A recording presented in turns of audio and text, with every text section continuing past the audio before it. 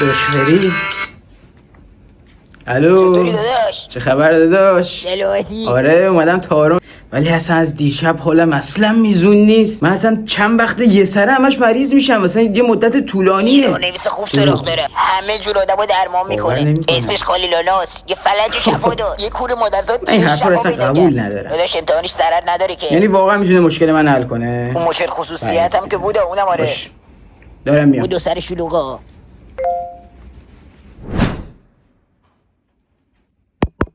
کمده رفیق فری هم خاله، اومدم واسه همون قضیه. سن سگرم فریه. ها؟ چی خاله؟ هیچی عزیزم، میگم در باز بیاد آخر. پسرم مشکلت چی بود؟ وضعیت بدن. نه خودم فهمیدم. از کجا فهمیدی خاله؟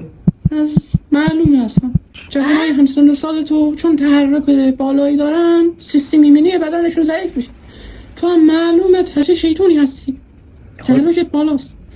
بیا این دارویی که من سالها براش تلاش کردم از من کشاورز بخر.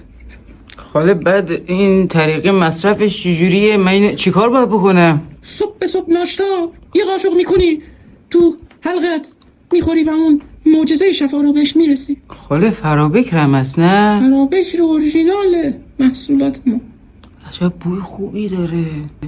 اگه میخواید این روغن رو داشته باشید، این روغن درجه 1 زیتون تارومو، کلمه خاله رو بر من کامنت کنید، براتون لیست قیمتا رو بفرستم. البته لیست زیتونا رو هم بفرستم، اونو دیگه برای دایی اصلا معرکه تره.